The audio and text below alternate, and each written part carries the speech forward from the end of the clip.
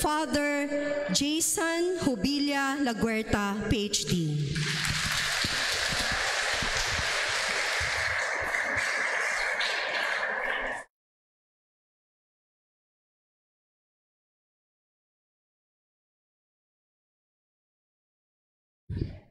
Parang nakakatakot naman po kayo kasi seryoso lahat ng mukha ninyo at gustong-gusto nyo na Pwede po ba? Pwede po bang simulan natin ang ating recollection sa isang panalangin? Manatili lang po kayong nakaupo. Damhin natin ang presensya ng Panginoon ngayong hapong ito na pinagkaloob sa atin ng Panginoon. Tayo po ay sama-sama na dumulog sa Kanya sa ngalan ng Ama at ng Anak at ng Espiritu Santo. Amen.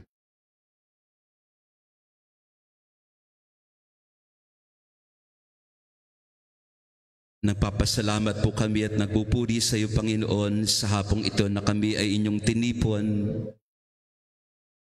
Kayo po ang pinagmumulan ng buhay. Kayo ang pinagmumulan ng aming kalusugan, ang aming lakas, talino at kakayanan. Pinagpapasalamat po namin, Panginoon, ang panahong ito na ibinigay niyo sa amin. Hindi po lahat gumising sa araw na ito, pero binigyan niyo kami ng pagkakataon na makabangon, makagawa ng mga gawain sa bahay, magampanan ang aming mga tungkulin, makapunta dito sa recollection. Ang araw na ito at ang lahat ng mga araw ng aming buhay, Panginoon, ay inyong biyayang bigay. Kaya kami lubos na nagpapasalamat. Salamat din po sa biyaya ng pamilya at pamayanan. Ang aming buhay ay mas lalong naging makabuluhan at mas lalong nagiging masaya sapagkat meron kaming mga kasama sa paglalakbay. Salamat po sa pamilya. Hindi man maayos o perpekto ang lahat, pero pinagpapasalamat namin na pinagkaloob niyo sa amin ang mga taong makakalakbay namin sa buhay. Salamat sa biyaya ng simbahan, sa biyaya ng parokya. Nakakakita kami ng mga kamanlilingkod, kamanlalakbay, na hindi kami nag-iisa sa pagtugon sa misyon na iniaatang mo sa aming mga balikat. In a special way, itong recollection na ito, Panginoon, ay isang pag-aalala namin din sa aming parish priest na si Father Luciano. Pinaghahandaan namin sana ang kanyang silver anniversary ngayong nalalapit na April. Siya ay kasama din namin ngayong hapong ito sa aming paghahanda para sa kapistahan ng pagkabuhay, sa aming paghahanda para sa kapistahan ng iyong banal na awa. Kaya yung recollection ito, Panginoon, ay isang panalangin din namin para sa Kanya. Pagbuksan mo siya sa iyong kaharian, patawarin kung meron man siyang mga kahinaan, at bigyan niyo po siya ng buhay na walang hanggan at kapayapaan. Ipadala mo rin sa amin ngayong hapon ang iyong Espiritu Santo upang ang lahat ng aming pag-usapan at pagnilayan ay makatulong sa amin para mas maunawaan namin ang dakilang taong ito ng Hubileo. Paunawa mo sa amin ang kahulugan ng pag-asa. Buksan mo sa amin ang pananampalataya na makita ka at makilala ka sa lahat ng mga nangyayari sa aming buhay. Sa hapong ito, Panginoon, nawa ito ay hindi lamang pakikinig sa sasabihin. Ito nawa'y pagkakataon din para maranasan namin ang iyong banal na awa na hindi kailanman magkukulang o mawawala. Buksan mo ang aming puso upang matanggap namin ang iyong nag-uumapaw na habag. Buksan mo ang aming isip upang maunawaan namin ang iyong kalooban. Buksan mo ang aming mga kamay upang kami matutong magbigayan, maghandog, magtulungan, at handang dumamay sa isa't isa. Buksan mo ang aming mata upang makita namin ang mga kapatid namin na nangangailangan. Buksan mo ang aming tainga upang mapakinggan namin ang iyong mabuting balita na nagbibigay ng pag-asa. Buksan mo ang aming bibig para ipahayag ang iyong mabuting balita. Halina, Espiritong Banal, sa hapong ito, ikaw ang aming gabay, ikaw ang aming mang-aaliw, ikaw ang aming liwanag. Halina, Espiritong Banal, lukuban mo ulit kami kung paanong ikaw ay lumukob sa mga alagad sa araw ng Pentecostes. Isugo mo, Panginoon, ang iyong Espiritu sa aming lahat upang kami makaramdam ng paghilom sa aming mga pinagdadaan ng pagsubok, pagalingan sa mga sugat at karamdaman. Ipadala mo sa amin ang iyong Espiritong Banal, Panginoon, upang kaming lahat na narito ngayong hapon ay makadama ng iyong pagkalinga, ng iyong pagkapastol, ng iyong pag-aaruga. Tinataas namin sa iyo, Panginoon, ang aming buhay, ang aming pamilya, ang aming parokya at pamayanan. Gawin mong ang hapong ito ay maging paglalakbay sa pananampalataya. Ang hapong ito ay paglalakbay namin patungo sa pag-asa. Ang paglalakbay naming ito ay tutungo sa amin para sa pag-ibig sa kapwa at pag-ibig sa iyo ng higit sa lahat.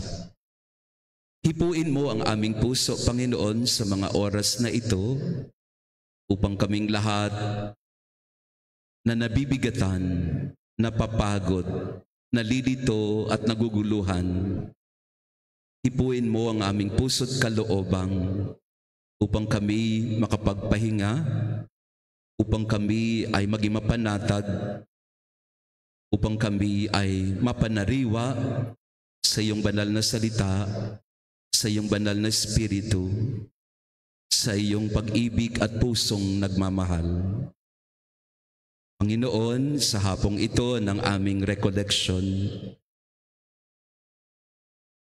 hilumin mo ang aming puso. Pagalingin mo ang aming mga sugat. Bigyan mo kami ng liwanag at pag-asa.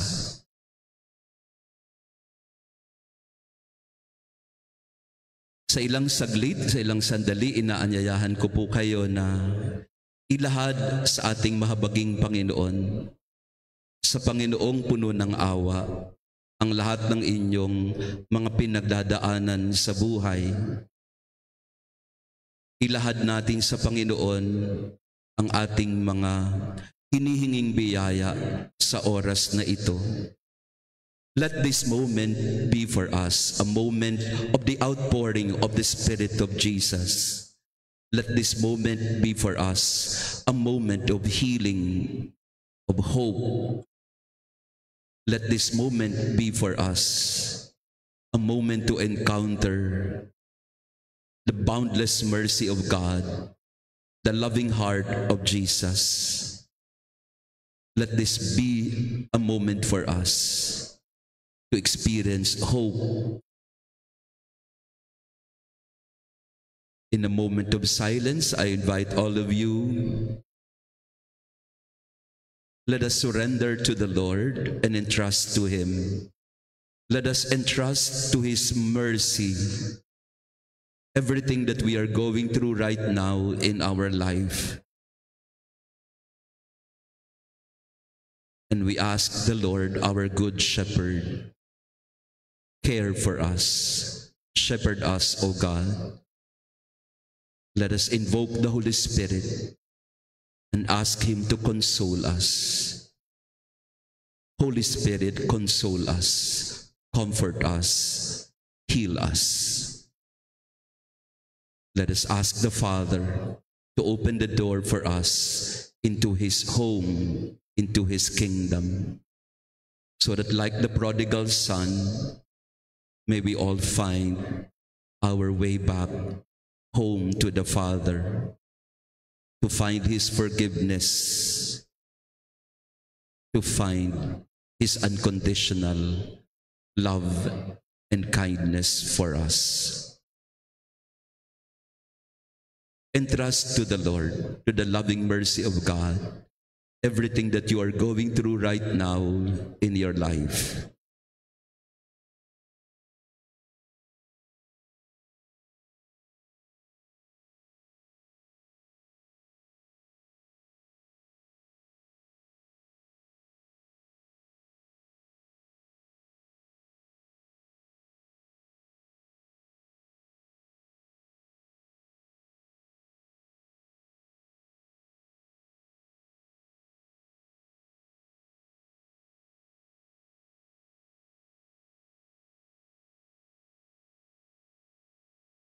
Glory be to the Father, and to the Son, and to the Holy Spirit.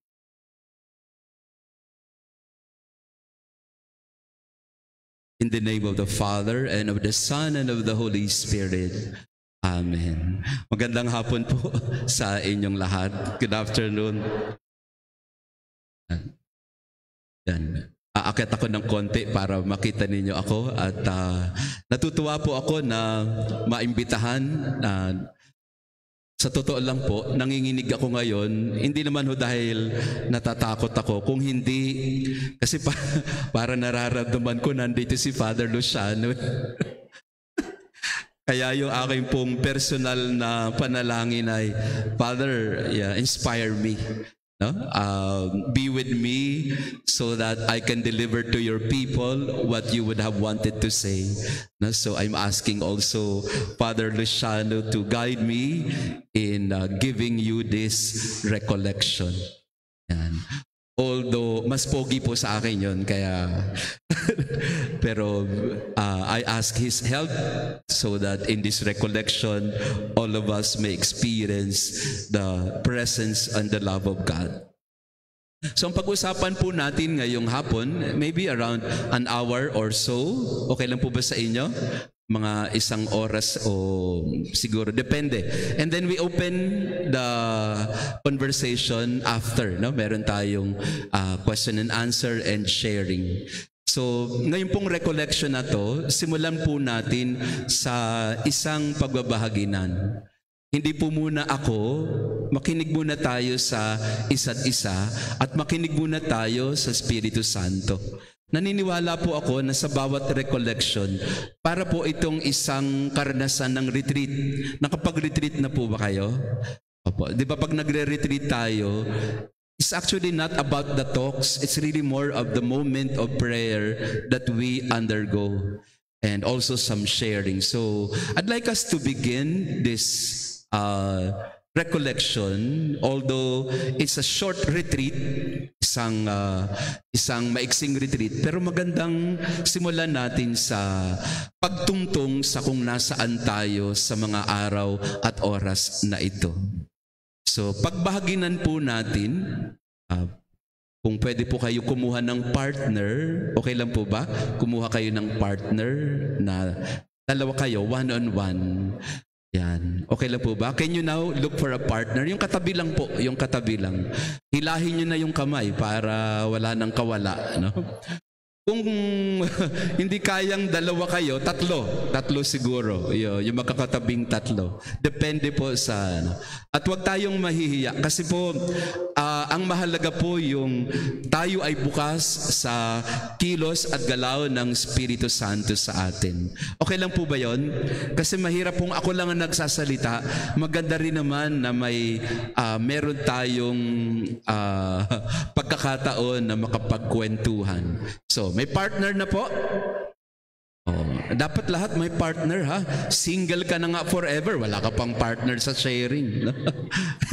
hanap po kayo ng partner. Yan, okay. So, harapin ang partner natin. Harapin ang partner. Sabi ko, kung hindi kaya ng dalawa, tatlo kayo. Para triad. Kung hindi kaya ng dyad kasi may walang partner, ang maganda po sana walang maiiwang nakatingin lang sa akin. Huwag kayong tumingin sa akin. Hindi po ako ganun kagwapuhan. No? Tingnan po ninyo yung katabi po ninyo. Yan. Okay? Meron na po? Sige. Tanungin natin sa kanya ang tanong na ito. Kamusta ka na? Siyempre, ang isasagot sa iyo niyan, okay lang. Sabi po sa psychology, sa psychology, kailangan daw 3 beses mong tanungin ng kamusta ka na. Kasi sa unang tanong, sasagot sa iyo niyan, okay lang. Ulitin mo yung tanong. Sige nga, okay ka nga, pero kamusta ka na nga talaga? At syempre, hindi pa yan sasagot. Subukan mo sa 3 beses. Usually daw po, sa 3 beses, makukulitan na yan at magsasabi na yan. Okay, sige. Pakiharap ang katabi natin at tanungin natin, first round, kumusta ka na?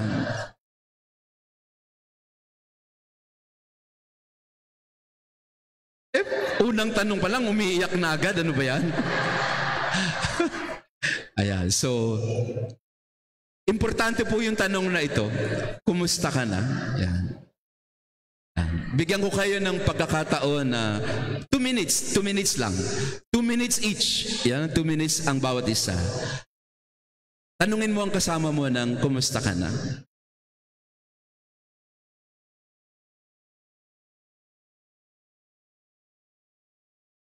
So, bigyan ko kayo ng tig 2 minutes, ha?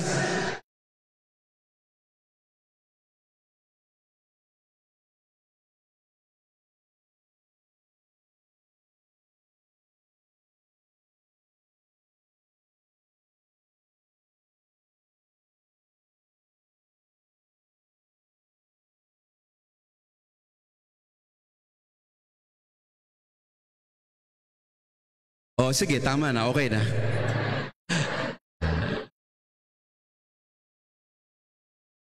Okay?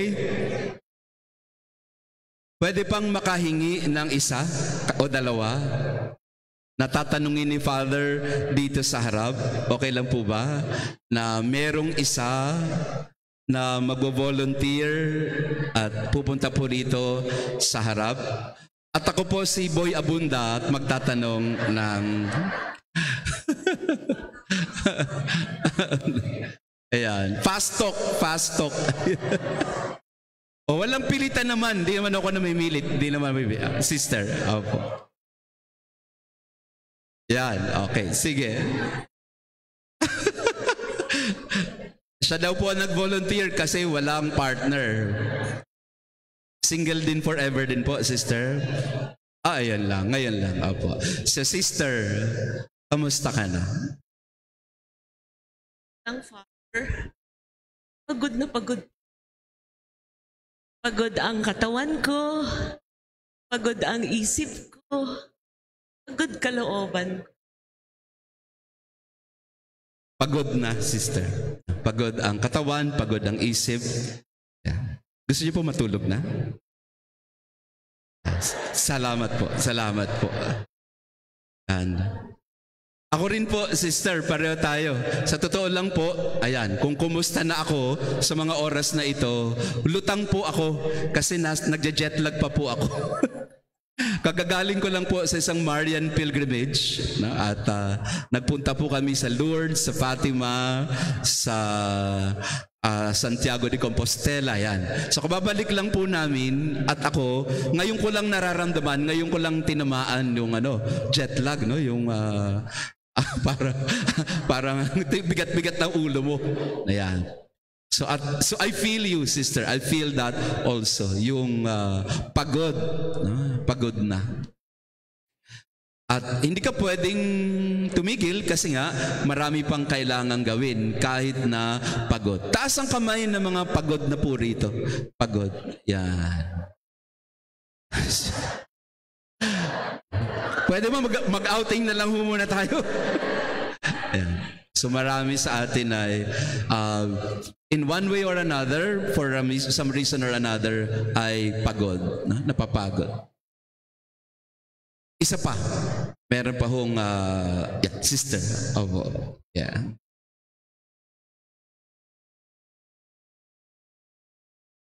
Kaya po, kaya.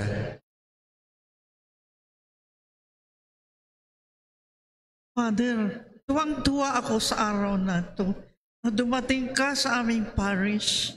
I am your avid fan. Online parish priest. Every morning, I attend your online mass. Ay, salamat po ng marami sa pagpunta mo sa aming parish at makinig sa iyong mga masasayang salita, yung mga buhay na dapat bigyan mo ng liwanag. Ay, maraming salamat po, Father. Salamat po. So, natutuwa kayo ngayon, Mami, o nalulungkot kayo?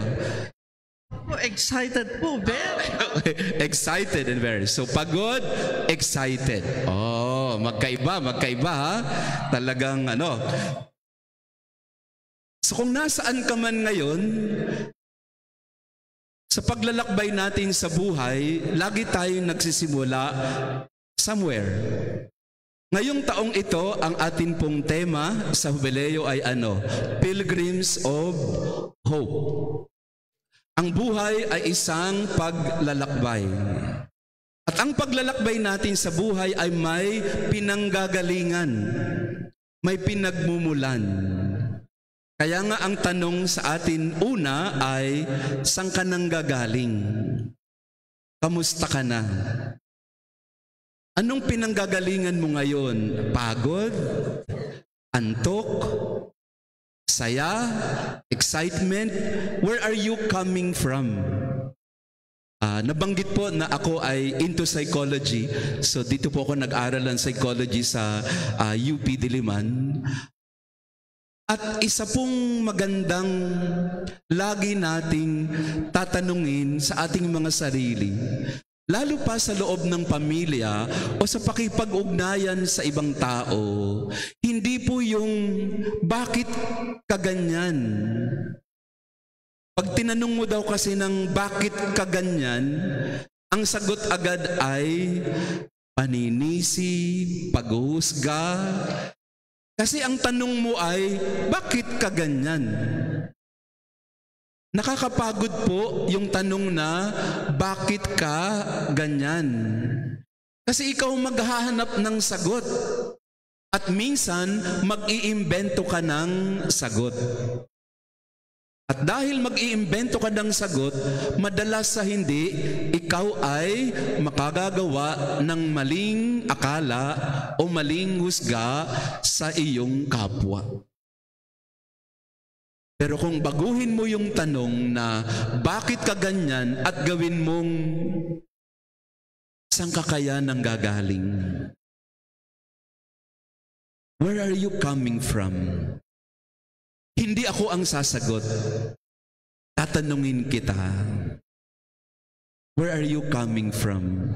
I'd like to know. I'd like to understand.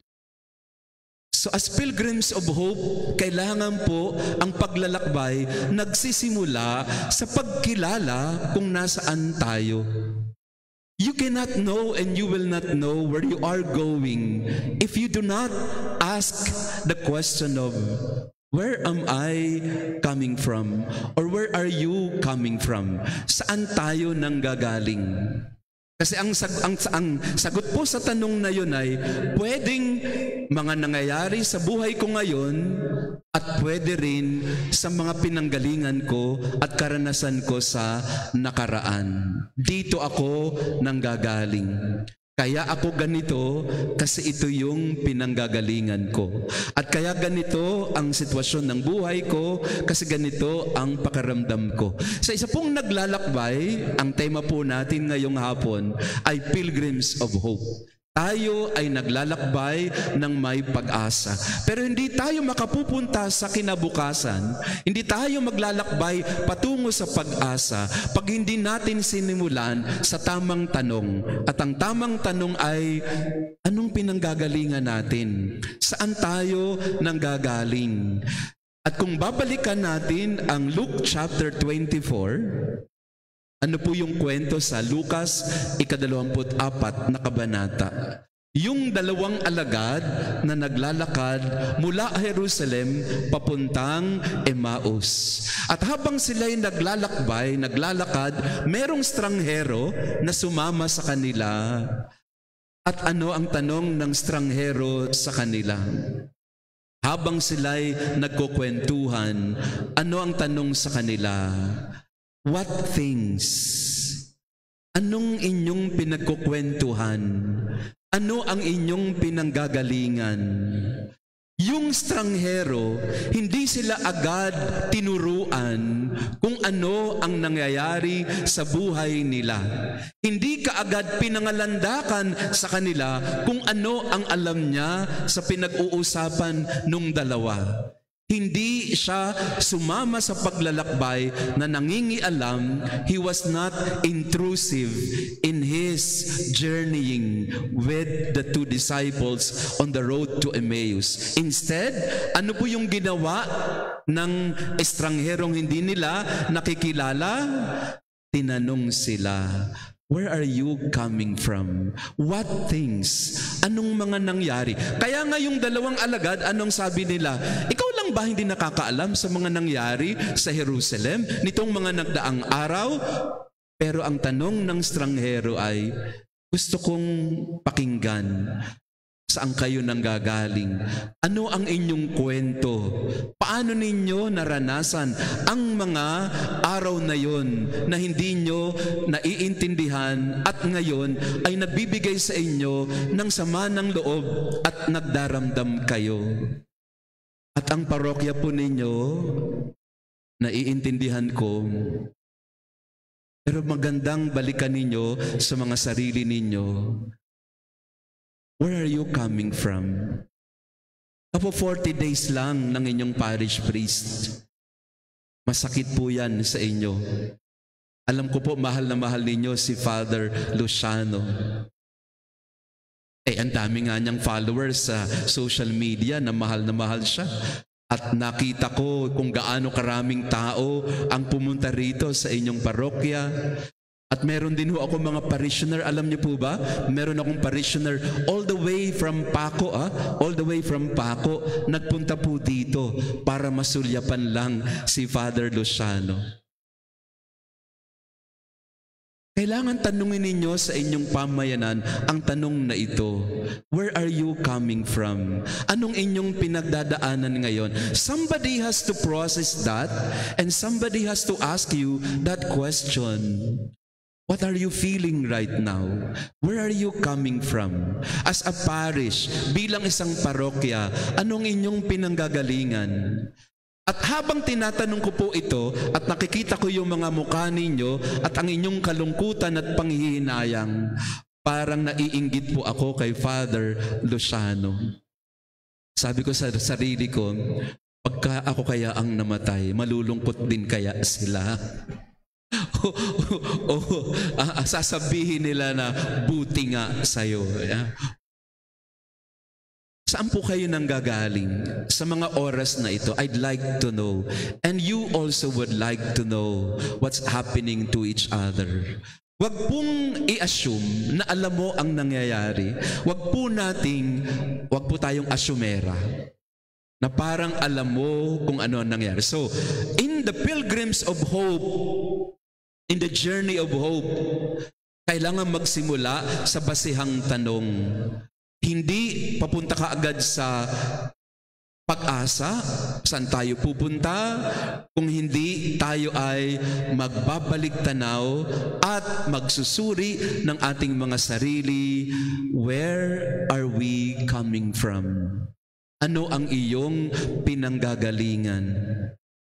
Kasi pagka tinanong mo yan, susubukan mo nang intindihin kung bakit ganyan siya. Sa inyo pong mga organisasyon, sa inyo pong mga ministry, taas ang kamay ng may kinaiinisan. Tinaas ka agad talaga ito. Nagtaas talaga agad ako. Meron po ba kayong paboritong kainisan? Na parang sa ministry ninyo or PEC or chapel or organization, makita mo pa lang ang mukha niya, naaalibadbaran ka na, no? Ayaw mo siya makita. Bakit po kaya ganon? Bakit po kaya may mga tao na wala naman hong ginagawa sa ating masama, pero naiirita ka lang sa kanya? Pakitanong ang katabi mo, sino yon? Magandang tanungin kasi madalas at malamang po, yung inyong irritation sa taong yan ay may pinanggagalingan. Hindi yung tao mismo ang pinanggagalingan niyan. Anong pinanggagalingan niyan?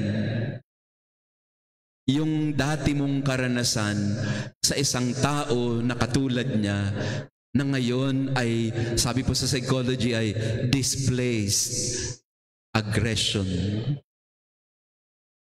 You project to the person what in the first place is in your heart.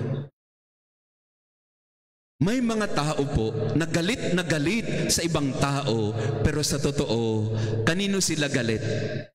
Sa sarili nila. Ito po, to be very, very honest with you, huwag niyo pong papansinin agad-agad yung mga taong nagagalit sa inyo. Huwag niyo kaagad-agad patulan ang mga taong mga naiinis sa iyo. Marami sa atin patola eh. Pakitingnan ng katabi mo, patola ka ba? Parang ang bilis-bilis natin pumatol. Pero sa totoo, yung mga taong naiinis sa'yo o nagagalit sa'yo, sa totoo lang, more often than not, they are not angry with you. They are disappointed with themselves.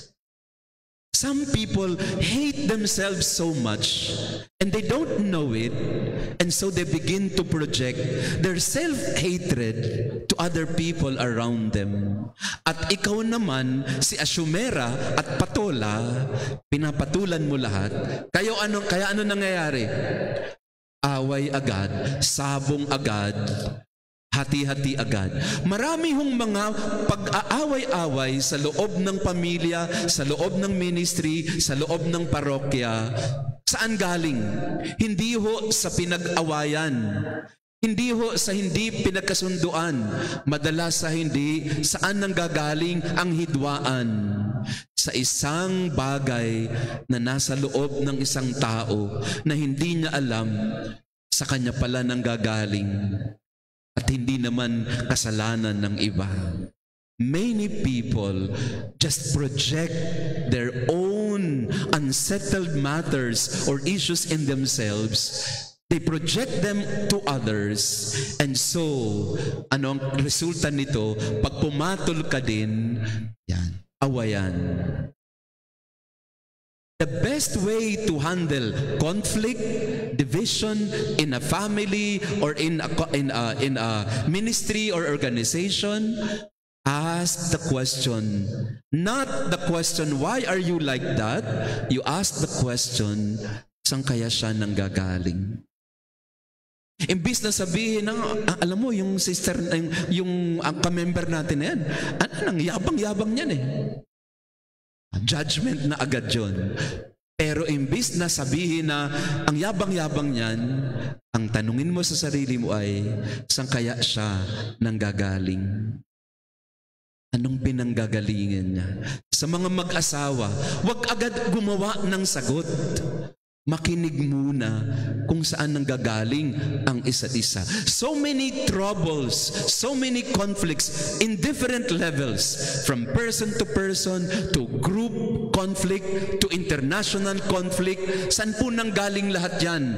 Mga maling akala tungkol sa iba, tungkol sa kapwa. Hindi muna tinanong, saan ba sila nanggagaling? Ang kaagad-agad na konklusyon ay, kasi ganyan kayo, kaya dapat ganun din ang gawin namin sa inyo.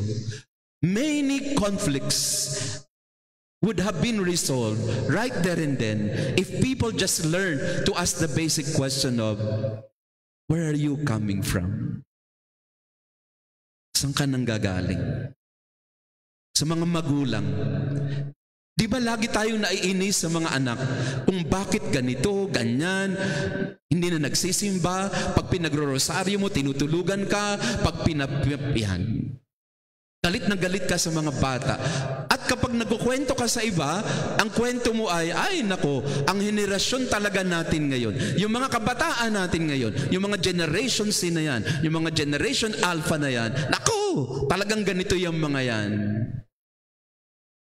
Hindi na nagkakaintindihan. From one generation to another, there is division and conflict. Kasi ang sabi ni Lola, ang sabi ni Tita, kasi ganyan kayo, mga henerasyon ninyo, wala na kayong galang sa matatanda, hindi na kayo marunong magsimba, hindi na kayo marunong tumawag sa Diyos, mga wala kayong Diyos. Yan, tapos na. So paano pa mag-uusap kung meron na agad, judgment? Kung meron na agad assumptions, kung meron na agad accusations. Ang mga kabataan, ganun din. Sasabihin ng mga kabataan sa mga nakatatanda, pwede ba? Huwag na kayo, umalis na kayo sa Facebook. Sinisira nyo lang yung Facebook. Yan. Kaya lilipat na sila sa Instagram o sa iba pang platform. Kasi hindi rin naiintindihan ng mga bata ang pinanggagalingan ng kanilang mga tita at kanilang mga magulang. Where are you coming from? Naranasan ko po ito minsan sa aking parokya. One time, meron pong isang teenager na lumapit po sa akin. Alam niyo naman ang itsura ng teenager, di ba? Yan. Tingnan niyo mga teenager dito. May mga teenager ba tayo dito? Ito, tayo nga po kayo mga MBG. Mga teenager ito noong 1950 no? So lumapit po sa akin isang teenager. Naka-shades, may kulay ang buhok, may tattoo, tapos formang teenager. May hikaw. Ang unang impression ko, pangit ng ugali nito, no? Kasi may kulay ang buhok, may sing-sing sa alam niyo yung mga hikaw na hindi lang basta hikaw, alam, hikaw na malalaki, no? So, lapit sa akin, Father, usap na nga tayo. Inutusan yung parto. Yun ang dinig ko, pero presko kasi. Yung mga bata na cool, no? Father, usap tayo. Sabi ko, okay, sige. Gusto mo mag-usap? Sige, usap tayo. So, pumunta kami sa isang kwarto, nag-uusap kami. Pag-upo nung bata, yung teenager, talagang naiinis na ako, na kumukulo na yung loob ko kasi nung umupo pa lang yung bata, alam niyo ho yung upong siga. Ayan, may mga nakaupo rito na upong siga. No? Yung upong siga, yung nakahalukip-kip, tapos naka-slouch. So, parang sinasabi ko sa kanya, upo ka na maayos, iho, upo ka na maayos. Tigas ng ulo, ayaw. Talaga, alam mo, naka-slouch. May nakakita nga ako ngayon dito, gano'n na nakaganyan. So, nayayabangan ako dun sa bata. Nayayabangan ako sa parang, di mo ba ako kilala? Don't you know me? Parang gano'n ang ko. Parang, walang galang to bata na to. Ayan. So, naka-slouch. Sabi ko, upo ka na maayos. Hindi rin, hindi kumikilos. Sabi niya sa akin, Father, may TV ka ba dyan? TV. Bakit? Pwede ba tayo manood ng NBA? Kasi daw may NBA na gano'n. Manood tayo ng NBA? May TV ka? May patago kang TV sa akin. Para, sa loob-loob ko lang naman yun. Sabi ko, wala na akong TV ngayon. Hindi na ako nagti-TV ngayon kasi tagal na akong di nanonood.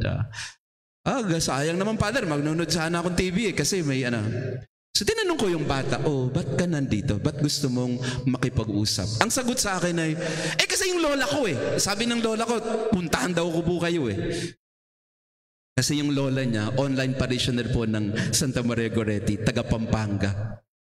Hindi, pinilit siya ng lola niya na kitain ako. Kasi may mensahe yung lola niya para sa akin.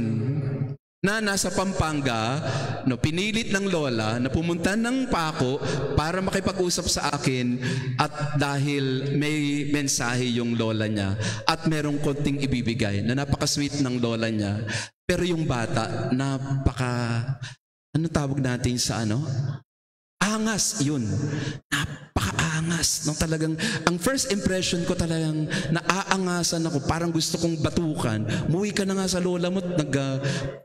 So, nag-uusap kaming dalawa. Sabi ko, bakit ka nandito? Yun po, yung lola ko kasi. Pinapunta ko rito, Father. Ayoko naman mo sana. Kaya naman mo gawa. Lola ko yan. Sabi, dami niyang sinabi. Ganun ba? Sige. Kung nandito ka na rin lang, baka may dahilan ang lola mo. Bakit ka pinapunta sa akin dito? Sige, magkwentuhan na lang tayo. May panahon naman ako. Plastic na plastic ako. So talagang, kasi naiinis na ako sa loob ko. Pero pinipilit ko pa rin yung maging pare at sinasabi sa kanya, sige, makikinig tayo. Mga siguro 10 minutes, silence lang kami. Hindi ako makapagsalita kasi kung tinatanong ka naman siya, ang sagot lang, hindi. Tapos siya naman, di naman nagkukwento. Sabi ko sa kanya, I have time, I will stay, and if you want to say something, I will listen. But take your time. Nung sinabi kong take your time, di ko naman sinabing 10 minutes. Pero nandun lang siya talaga, nakaganyan, naka-slouch, tapos wala. Tapos nakikita ko yung kanyang, legs. Alam niyo yung agitated na bata na parang gusto kong pigilan yung legs niya.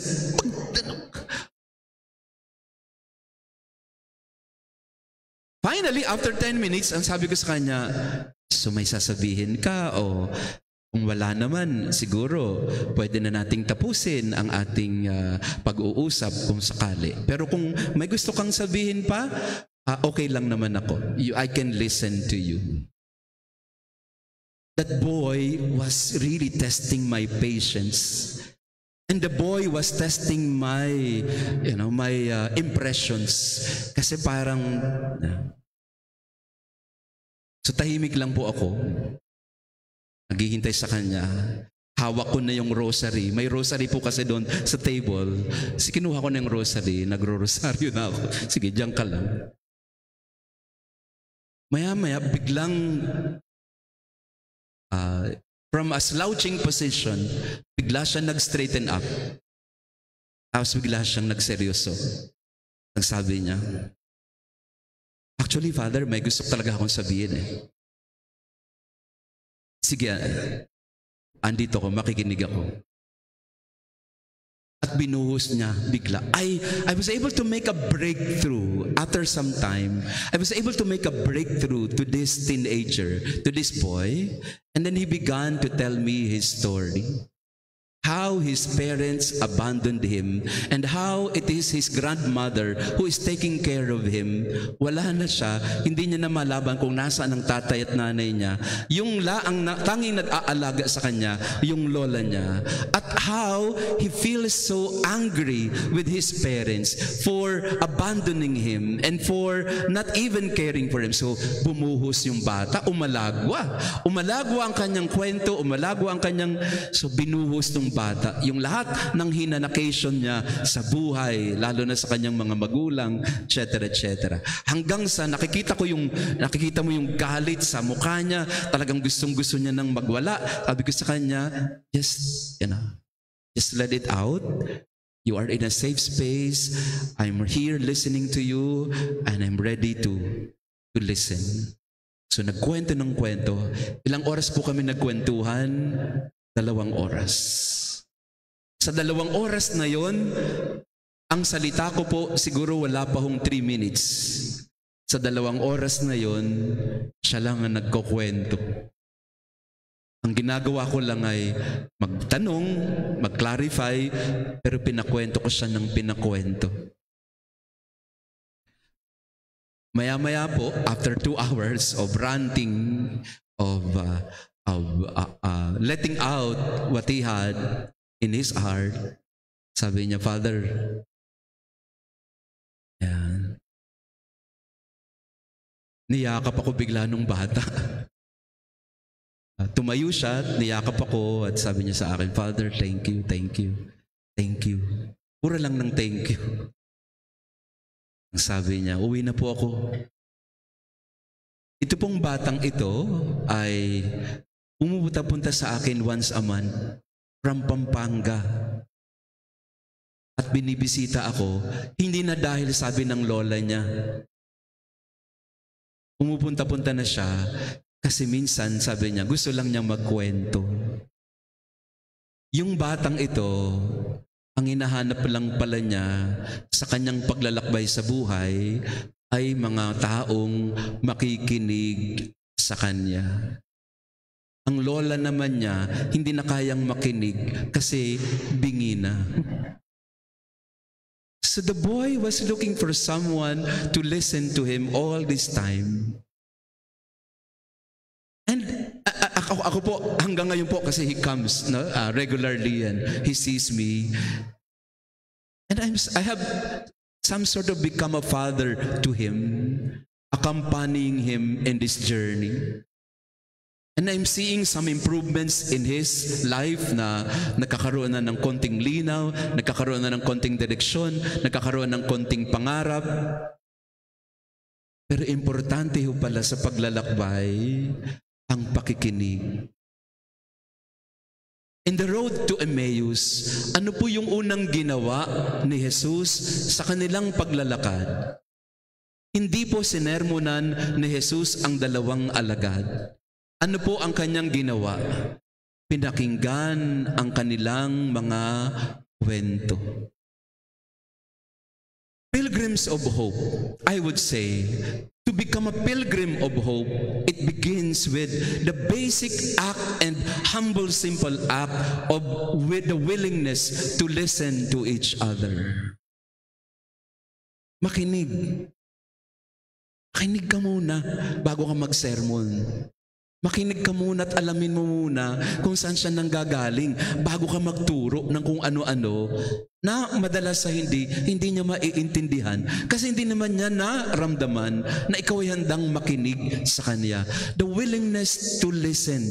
This is very important, especially, I think you are very familiar with the word synodality.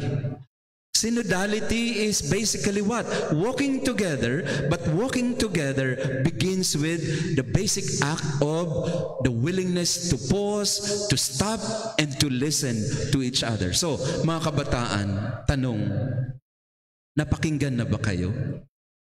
Napapakinggan ba kayo? Mga asawa, mga kababaihan, napapakinggan ba kayo? O isang tinig lang ang namamayani sa ating pamilya? Isang tinig lang ang namamayani sa ating mga grupo? O lahat ay nabibigyan ng pagkakataon na mapakinggan? That people are given the chance to be listened to. The very first moment of walking together or pilgrimage is to start listening and listen with the ears of your heart and not just listen with your mind. Some people, they listen but they pretend to listen. Some people, for them, they're just waiting for their turn to speak but they're not really listening. They just wait for the turn to speak, but they don't really respect the people talking.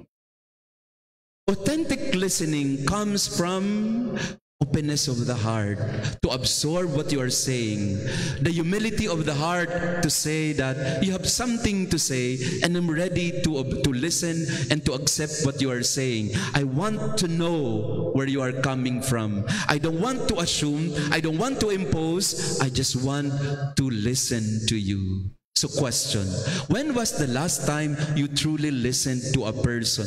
Kailan ka huling talagang nakinig sa isang tao, sa pamilya mo halimbawa, bilang tatay? Kailan ka huling nakinig sa iyong anak? Kailan ka huling nakinig sa iyong asawa? Bilang isang anak, kailan ka huling nakinig sa iyong tatay o nanay? Kailan ka huling nakinig sa kanilang mga sinasabi sa iyo? Kasi hindi lang naman ito tungkol sa mga matatanda, kailangan makinig. Mga bata rin kailangang makinig, and vice versa. And we call it mutual listening. Makinig tayo sa isa't isa. At ito yung kulang sa mundo ngayon. Sa iba't ibang antas ng ating lipunan, ng ating mga pamayanan, walang gustong makinig. Lahat ay gustong mapakinggan, pero walang handang makinig. And when we say authentic listening, listening is the posture of openness. Openness, acceptance, empathy. And empathy is what I did to the boy. Nung naramdaman niya na, buti na lang hindi niya nahalata na naiinis ako sa kanya. Pero naparamdam ko sa kanya, kasi malapit na akong bumigay eh. Kung bumigay ako noon at sinermonan ko yung bata at sinabihan ko siya, alam mo, ay mga kabataan, yung mga kung ako'y naging pari sa kanya, ang gagawin ko sa kanya, pagpasok niya doon sa kwarto, hoy, ayoko ng ganyang upo. Umayos ka ng upo mo. Yang hikaw na yan.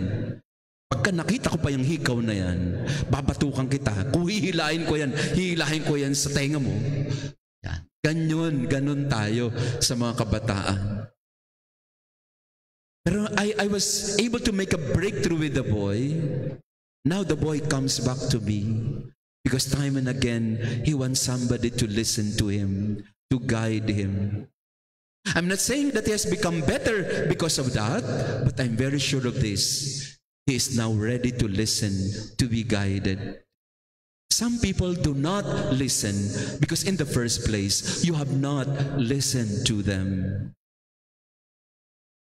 If we want really to become pilgrims of hope, if we want to accompany people in their journey, we must be ready to listen. And listening not just to ourselves, but listening to what they have to say, and listening with empathy. Kaya nalungkot po ako nung I think kilala nyo si Elon Musk, no? Sa Amerika. Meron siyang, sa X, meron siyang message o pinost. Ang pinost niya doon ay, the weakness of the Western civilization is empathy. I was really very disappointed with it because kilala niyo naman si Elon Musk, no? Very influential siya sa Amerika. But he gave this message, the weakness of civilization is empathy.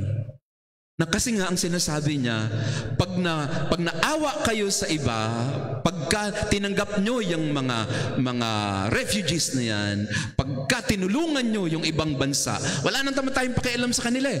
Parang ganun ang sinasabi niya. Nakikialam na ako sa kanila, no? Pero example lang po yun, no? Ang sinasabi niya kasi, hindi natin sila cargo, hindi natin sila dapat pakialaman, tayo lang dapat. Ayusin muna natin sarili natin, wala tayong pakialam sa kanila.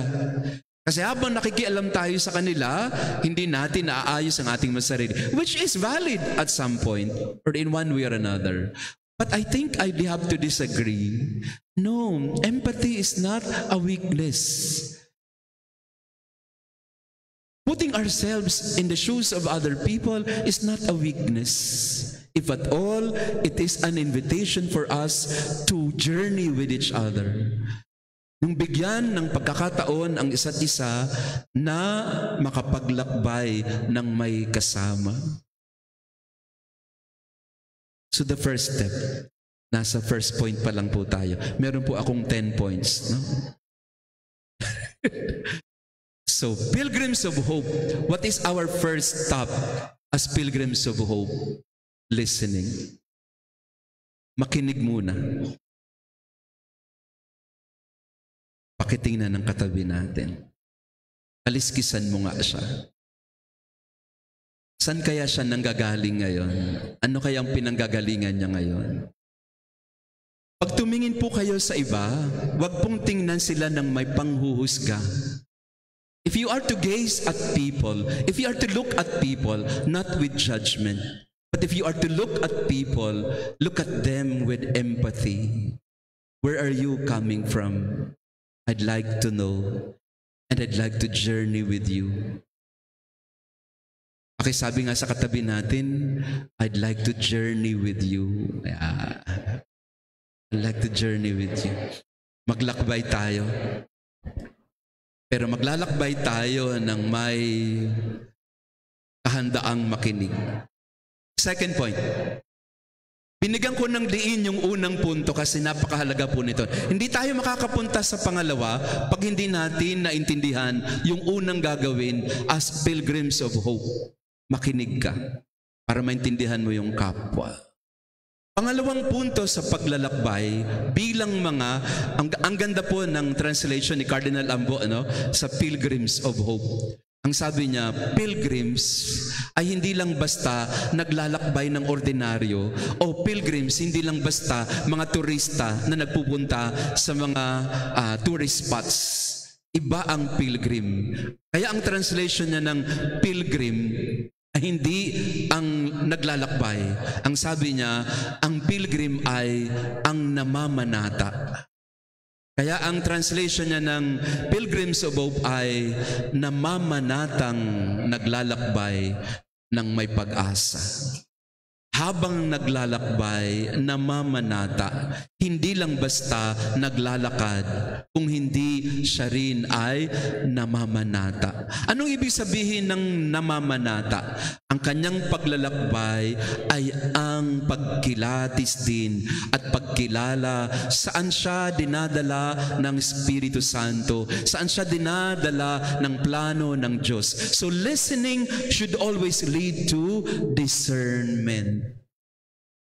To listen is also to discern.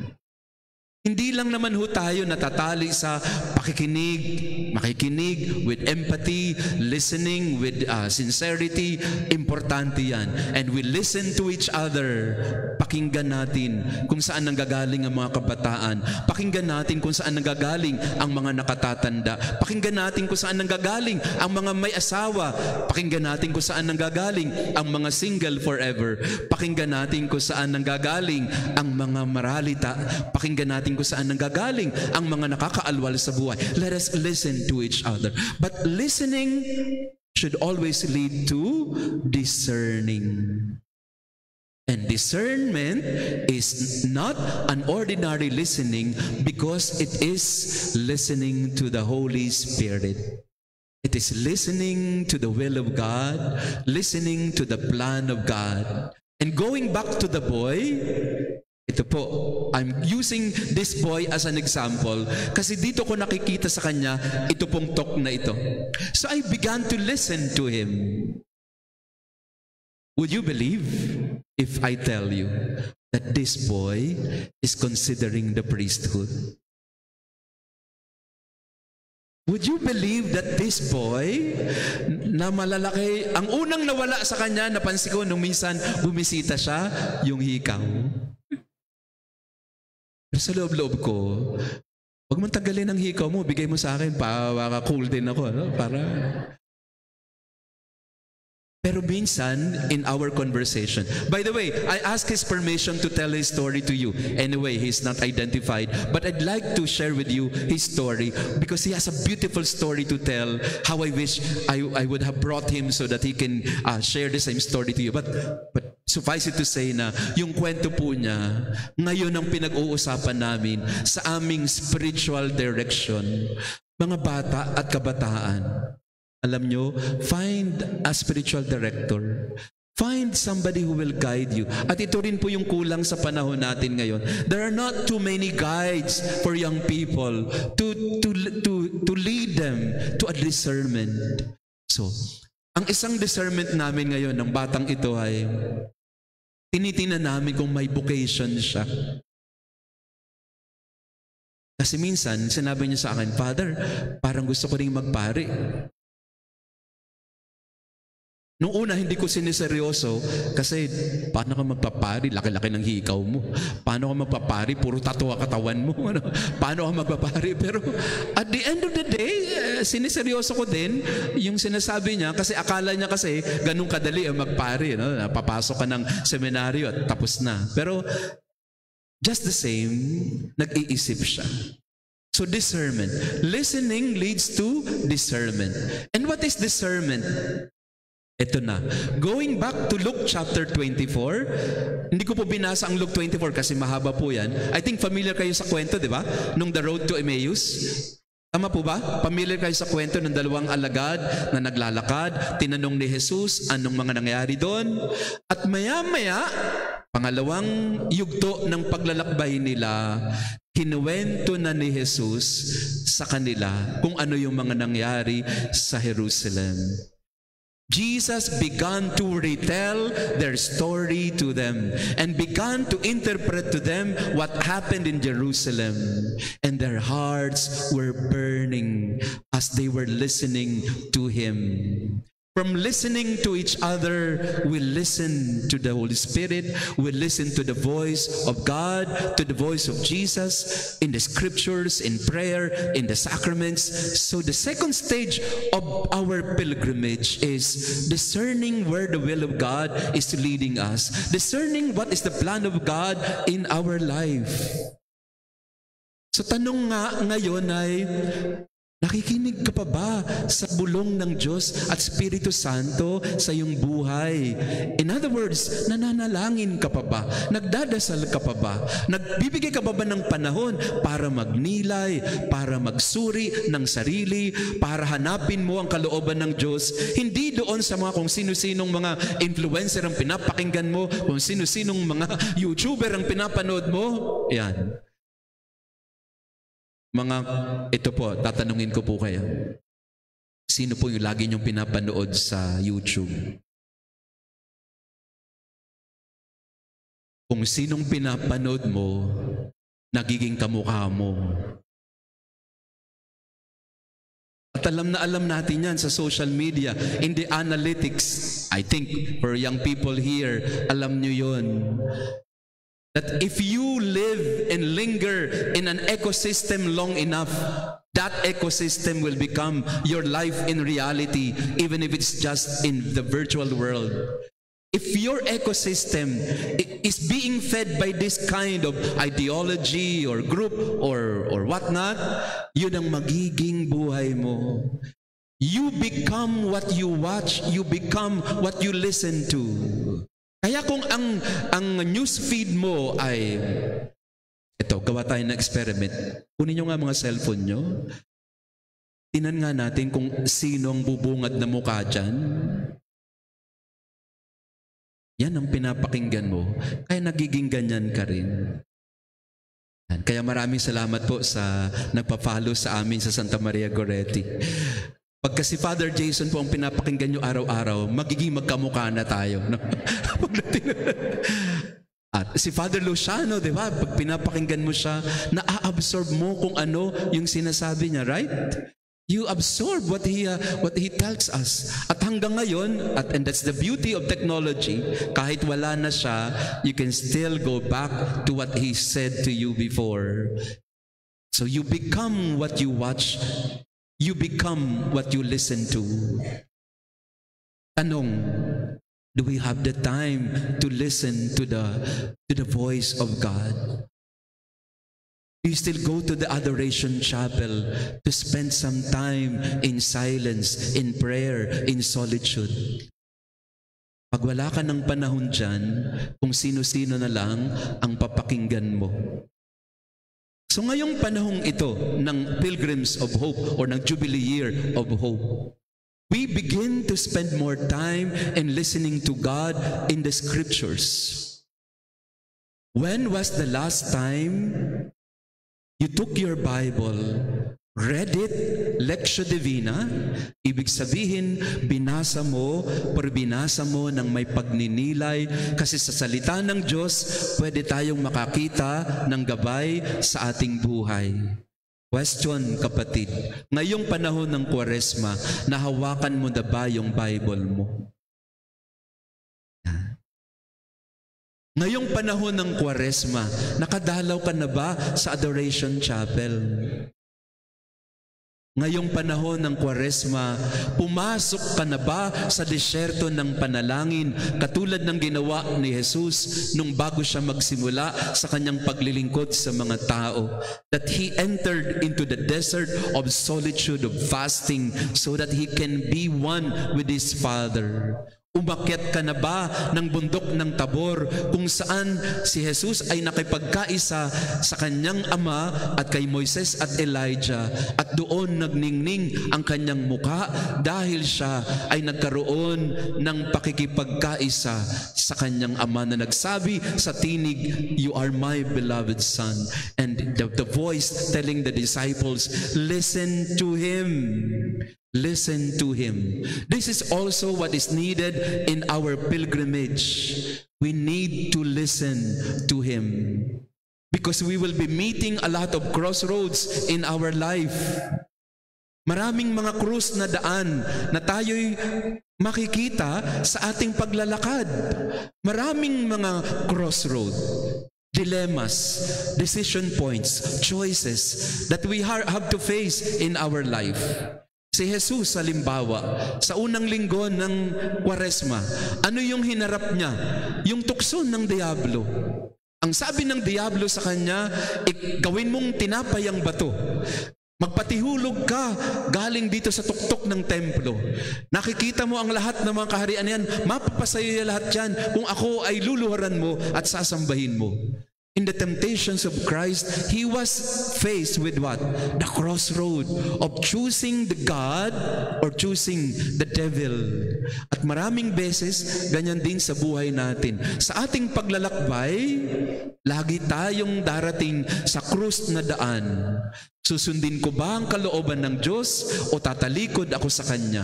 Noong Ash Wednesday, agad-agad tinanong sa atin yan, the crossroad of what? Turn away from sin and believe in the gospel. Sinabi sa atin ng simbahan, talikuran mo ang kasalanan, yakapin mo ang mabuting balita. Crossroad yun. Sa ating paglalakbay, lagi tayong haharap at darating sa punto na pipili tayo. Pipili tayo ng patungo sa Diyos o patungo sa sarili. Patungo sa kasalanan o patungo sa katwiran at karunungan. Patungo sa pag-ibig o patungo sa pagkamuhi sa kapwa. Yung ebanghelyo natin kaninang umaga, ganun din ang nangyari. Kung nagsimba po kayo sa araw na ito, ano yung binigay sa ating talinhaga? Ang talinhaga o ang kwento ng alibughang anak. Nandun din yun na ang tatay ay kailangang pumili. Tatanggapin ko ba ang anak na nagkamali o pagsasaran siya ng pintuan? At yun din ang kailangang piliin nung nakatatandang kapatid. Patatawarin ko ba ang kapatid ko o itataboy ko siya? At hindi ko siya bibigyan ng panibagong pagkakataon. Many times in our life, we have to discern what God wants us to do, where God is leading us. Of course, walang discernment kung ang isang option mo ay kasalanan.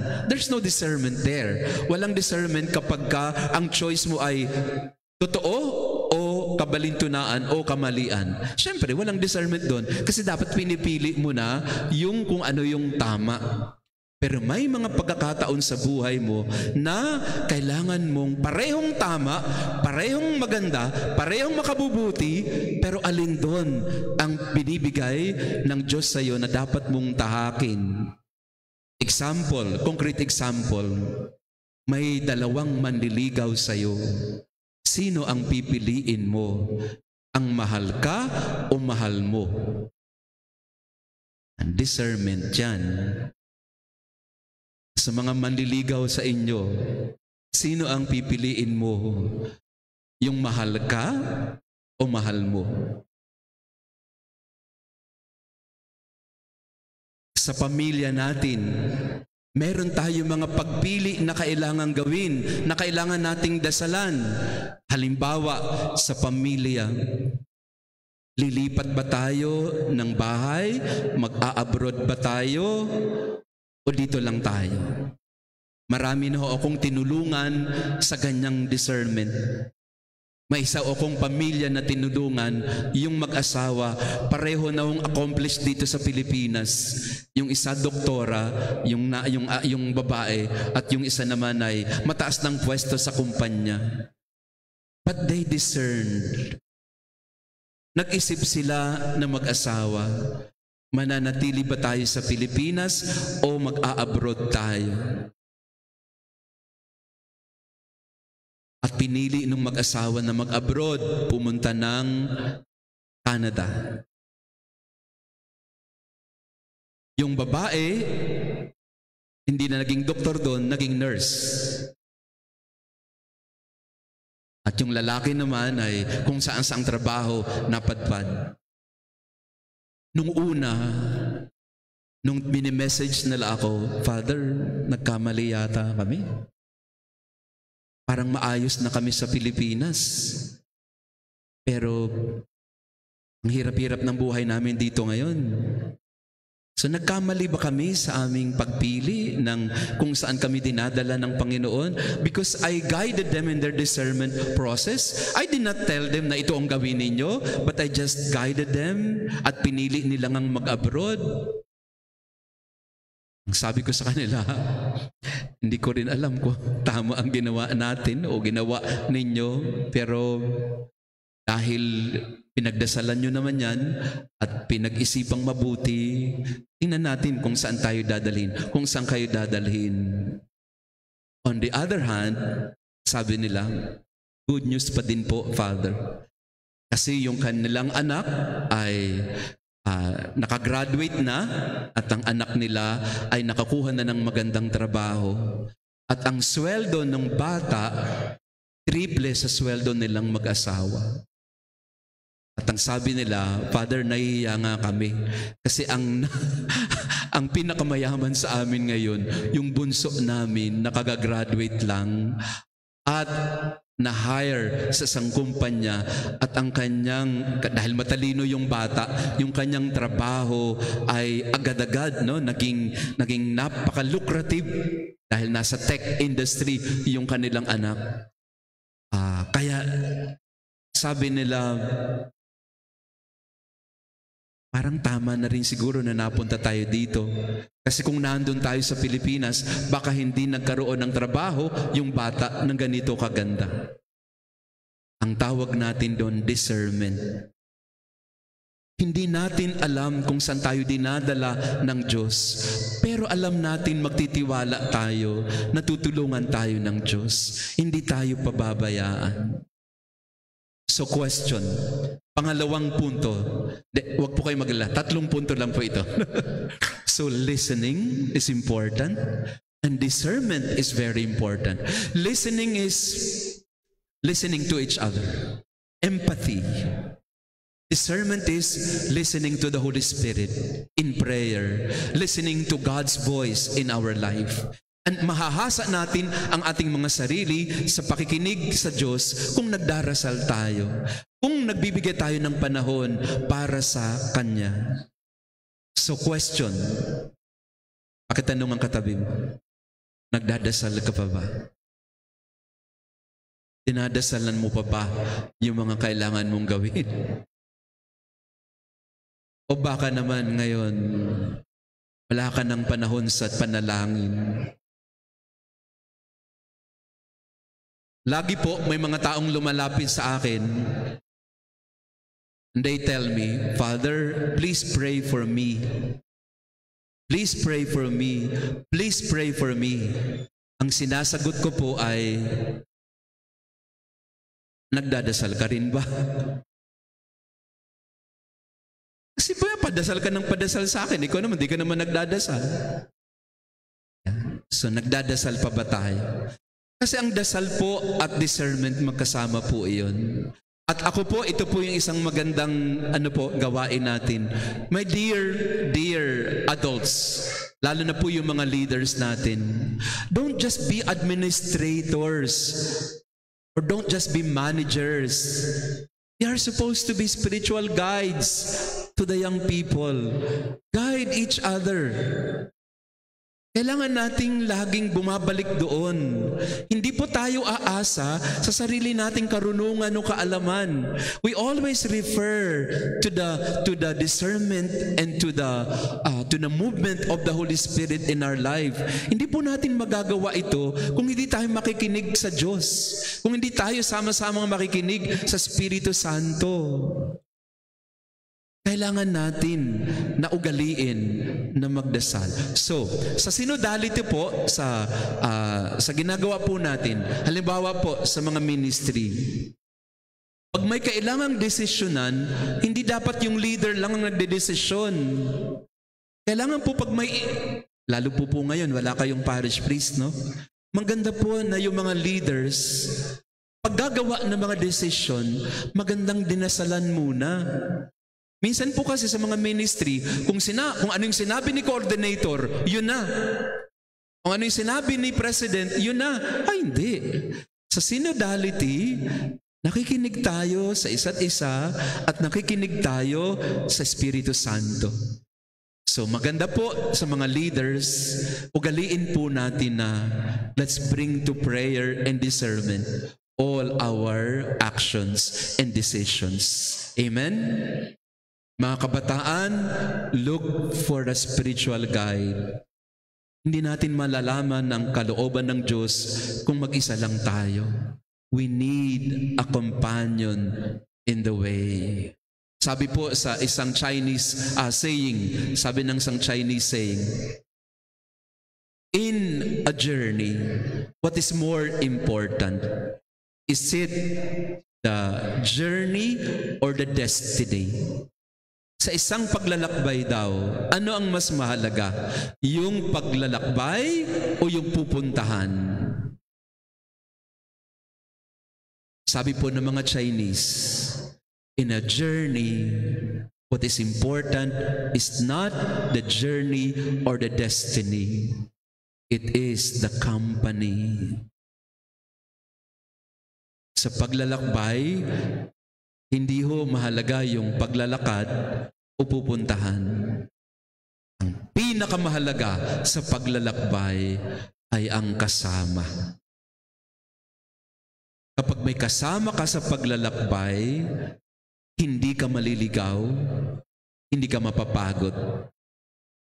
Kasi may aalalay sa'yo, kasi may magpapalakas ng loob mo, kasi kung minsan napapagod ka, may kukuha ng kamay mo.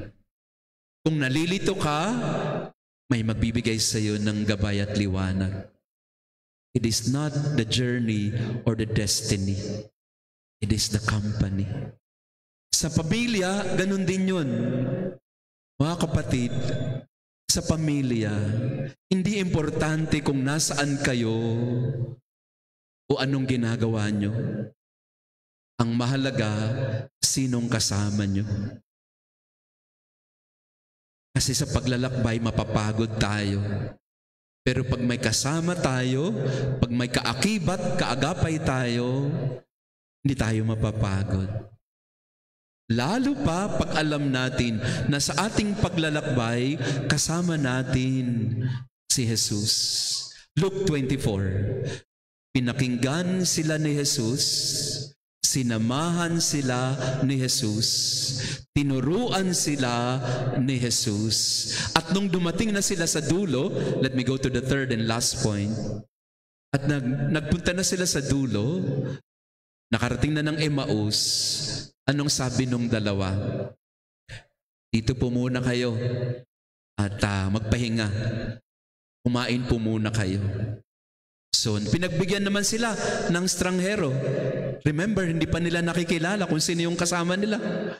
Pero basta alam nila, magandang sinasabi ng kasama nila. So, doon sila at nung naghati-hati ng tinapay, doon biglang nawala yung stranghero. Pero alam na nila kung sino yung kasama nila. Pangatlong punto, as pilgrims of hope, we listen. As pilgrims of hope, we discern. And as pilgrims of hope, we must break bread together. Eucharist. As pilgrims of hope, importante yung Eucharistia. Hindi tayo maglalakbay ng kanya-kanya. Naglalakbay tayo bilang isang pamayanan. We are a community that breaks bread. We're a community that spends time together. We are a community that prays together. Sabi ni Pope Francis, di ba, sa kanyang World Youth Day sa Lisbon, sa mga kabataan, ang sabi niya, todos, todos, todos. Ibig sabihin, together, together, together. Sa paglalakbay, hindi pwedeng magkanya-kanya, hindi pwedeng magkami-kami. Sa paglalakbay, kailangan tayo na magsalo-salo, magsama-sama. Listening, discerning, praying together, spending time together in breaking bread as a community. Kaya maganda po na nandito kayo ngayong gabi kasi pinapakita po nito na buhay ang inyong komunidad. Buhay ang inyong pamayanan kasi hindi kayo naglalaglagan, hindi kayo nag-iiwanan. At sa pamilya po, maraming beses, ito po yung nakalulungkot na hindi na po nangyayari sa pamilya. We don't have time for togetherness. Sabi ni the family that prays together stays together. So hindi na nangyayari ito. Kailan huling nagsimba yung inyong pamilya na magkakasama? Kailan huling kumain ang inyong pamilya ng magkakasama? Kailan tayo nagkwentuhan ng makabuluhan? Ito po yung usual na sitwasyon sa pamilya. Lahat may hawak ng cellphone at walang pakialamanan. Nandiyan na yan, kumakain nga ng sama-sama, pero pansinin po ninyo, lahat ay may hawak na cellphone. Kailan tayo talagang naging isang pamilya na naghahati ng tinapay, na nagkukwentuhan, na nagbibigay ng panahon para sa isa't isa? We have to listen, we have to discern, and we have to be together. We have to do things together. Hindi pwede po tayo na maghiwa-hiwalay at magkanya-kanya. Otherwise, hindi tayo magiging mga kamanlalakbay patungo sa pag-asa. At ito po yung hamon sa atin sa panahong ito. Do we spend precious moments of togetherness? Because in togetherness, we establish relationships. And relationships, when they are strengthened, community is built up. And once a community is strong, we are stronger together. Sa amin pong pamilya, naranasan po namin ito. Lagi ko po ito nakukwento, pero isa po kasi itong halimbawa ng kahit may mga hindi magandang nangyayari sa pamilya ninyo, pwede pa rin po kayong maging buo. Dati-rati po, nung buhay pa yung mga magulang namin, kasi patay na pareho ang magulang namin, nung buhay pa sila, hindi kami masyadong close na magkakapatid. Parang kami magkakapatid ay hindi talaga nag-uusap-usap. Kami pong magkakapatid ay medyo may gap, minsan nga nag-aaway pa. Nung buhay pa yung magulang namin, hindi ganun kalapit ang loob namin sa isa't isa. 5 po kaming magkakapatid. Pero alam niyo po, nung namatay ang magulang namin, akala namin ay wala ng pag-asa. Pero yung pagkawala pala ng mga mahal mo sa buhay ay nagdala din sa amin para muli ay hanapin ang pamilya at magkaroon ulit ng maayos na pag-uugnayan sa isa't isa. Alam po ninyo, when our parents were alive, we were not close to each other as children. But when they left us, that's also when we realize, that's also the time we realize that we have each other. Wala na tayong magulang, pero we have each other. And then we can help each other. So, strange. Nung buhay pa yung magulang, watak-watak. Pero nung nawala, mas lalong nabuo. May mga magagandang naidudulot din ang mga trahedya sa ating buhay. May mga maganda na ring bunga, yung mga inaakala natin ay mga malulungkot na bahagi ng ating paglalakbay. When tragedy strikes, that's also the time when we are tested when it comes to our family, when it comes to our community. Ito pong community na ito, dumaan sa isang trahedya. Nawalan kayo ng isang pastol. At yung trahedyang yan, pwedeng magsabi sa atin na, oh, wala na tayong pastol, kanya-kanya na tayo. Bahala na kami, bahala na kayo dyan. Sometimes when tragedy strikes a community, what is the effect? People scatter. Wala na tayong leader, wala na tayong pastor, wala na tayong inspiration. So kanya-kanya na tayo. But it can also happen that this tragedy or this death or passing of a leader can also be an occasion for us to come together. Yung pagkawala, hindi dahilan para magkawatak-watak. Yung pagkawala, pwedeng maging simula ng pagiging buo at pagsasama-sama. So question, are you journeying together as a community or kanya-kanya na kayo? At yun ang hamon sa atin. Napakatindi po ng hamon sa inyong parokya ngayong Pilgrims of Hope, ng Jubilee Year of Hope. Parang ang hamon sa inyo ay, ano ba?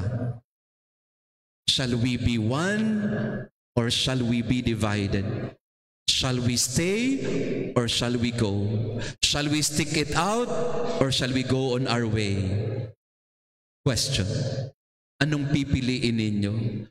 Manatiling buo o magkawatak-watak at magkanya-kanya?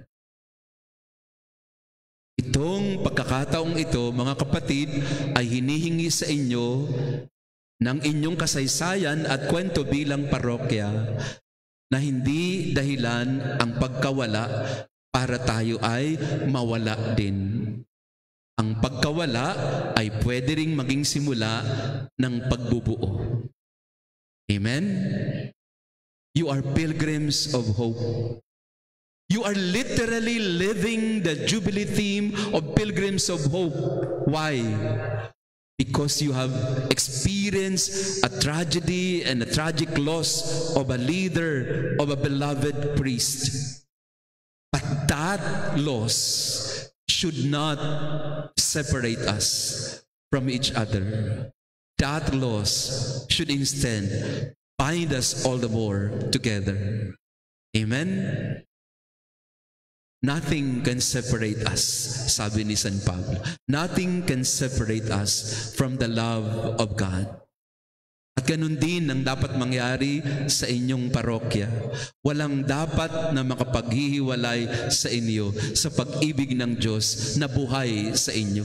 At dahil buhay ang pag-ibig ng Diyos sa inyo, mananatili ang pag-asa sa inyong puso. Nalulungkot kayo, nalulungkot tayo, pero yung kalungkutang yun ay hindi dapat mauwi sa pagkakanya-kanya. Sa halip, ang kalungkutang iyon ay dapat na magbunga sa pagkakaisa at sa matinding pagmamahalan at pagtutulungan bilang isang pamilya. In the end, hindi kayo nawalan ng tatay. In the end, lagi tayong may tatay na magtitipon sa atin. Kaya mahalaga ang Eucharistia sa isang pamayanan kasi ang Eucharistia ang magbubuklod sa atin sa iniaalay ni Jesus para sa atin. Kaya ang simbahan ay nabubuo dahil sa Eucharistia. Pag hindi na tayo nagtitipon, pag hindi na tayo binubuklod bilang katawan ni Kristo, doon na magsisimula. Nahihina ang ating ugnayan at doon na tayo magkakanya-kanya. Listen to each other. Discern together what God wants you to do. And most of all, make it a point to come together, break bread together, do things together, because it is in doing things together that God makes us all the more His body. One body with Jesus as our head, with different members, but we are one body together. Amen? Yan, pasensya na po at napahaba yung ating pagninilay, pero ang panalangin ko po sa inyong lahat, ngayong panahon ng Hubileo ng Pag-asa, huwag mawawala ng pag-asa. Pakisabi nga sa katabi natin, sagot kita. Sagot kita. Andito ako. We are here. We are here. We are here for each other. We listen to each other. We cling to the Lord together. We journey together. And we will never lose hope because we are guided by God as His body together. Amen. Maraming salamat po sa inyong pakikinig. God bless you all. Maraming salamat po, Father Jason. Sino po ang naiyak, bahagya? Naalala uli si Father Luciano. Ramdam na ramdam po namin ni Ate Lino, hindi po tayo nahirapan na mapayes si Father. Talagang binigay po siya ng Panginoon para makasama nating ngayong gabi. Palakpakan po natin ulit ang Panginoon. Yan. We have 5 minutes for a short question and answer, Father. Personally, this is like a grief counseling for us. Kasi nga po, di ba, sumakabilang buhay na ang ating kura paroko, no? Yung pagbabahagi ni Father Jason sa atin was a sort of a much needed grief counseling for us, no? So tuloy ang misyon. Ano po ba ang misyon ng parokya natin? No? To share God's mercy. 2 volunteers for a short Q&A. Okay, may question and answer po ba? Or what would you like to share? Ano po ba yung iuuwi ninyo? Aside sa 3 points. Ano yung 3 points ni Father? We need to listen. No? Kasi minsan nauuna yung isasagot bago makinig. No? Na inuunahan na natin yung isasagot sa kausap natin. No? So sabi ni Father, kailangan makinig. Napaka-importante. Pangalawa, to discern. Paano tayo magkaroon ng effective discernment? We need to pray, we need to attend Mass, we need to go to the Blessed Sacrament, no? That is what is a good challenge for us this Lenten season. Pangatlo, we need to break bread together, no? Kaya kapag ka may fiesta, dapat not the same old people. We try to invite more, yung kapitbahay, yung kaibigan, yung mga hindi na masyadong nakikita natin sa simbahan, no? We should do our part, hindi lamang po yung ating servant leaders. No, 2 questions. A volunteer from the altar servers. Can I see some altar servers here? Scholars, pwede po pakitaas ng kamay ng mga scholars. Volunteer catechist.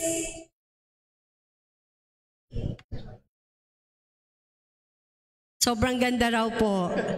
So, at this point, I would like to call on our worship ministry head, Atalin Tolentino. Okay. Sa ngalan po ng aming parish administrator, si Reverend Father Marvin Riquez, ni Father Dodong, ang aming vicar, parochial vicar, at ang aming parish pastoral council, kami po yung magpapasalamat sa inyo at kami totoong blessed at binigyan nyo kami ng pagkakataon na makapagbigay kayo ng recollection. Maraming salamat po, Father, at sa uulitin po. So, bigyan po natin ng masigabong palakpak si Father. Ito po yung Certificate of Appreciation. This certificate is presented to Reverend Father Jason Hubila Lagueta, Parish Priest of Santa Maria Goretti Parish, Archdiocese of Manila, in appreciation of his invaluable insights and contribution as the recollection speaker of the Jesus Lord of Divine Mercy Parish Lenten Recollection 2025, given on the 22nd day of March in the Jubilee year 2025 at Jesus Lord of Divine Mercy Parish, Diocese of Novaliches. Signed, Chairperson, Parish Pastoral Council, Abraham Inocencio Divina III, and Reverend Father Marvin G. Riquez, Parish Administrator. Maraming salamat, Father.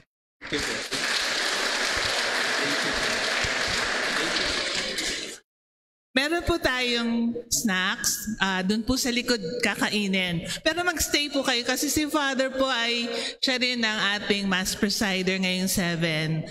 So maraming salamat po. Salamat po sa pag-anyaya sa akin. Oh, thank you. One group picture po, dear Socom. You stay put po. Dito na lang po si Father sa gitna. Tapos kung pwede po tayong compress, yung mga nandun for one group picture po. Bibihira po na ang isang kagaya ni Father Jason ay maimbitahan natin. Yon, sa PCNE lang po siya lagi.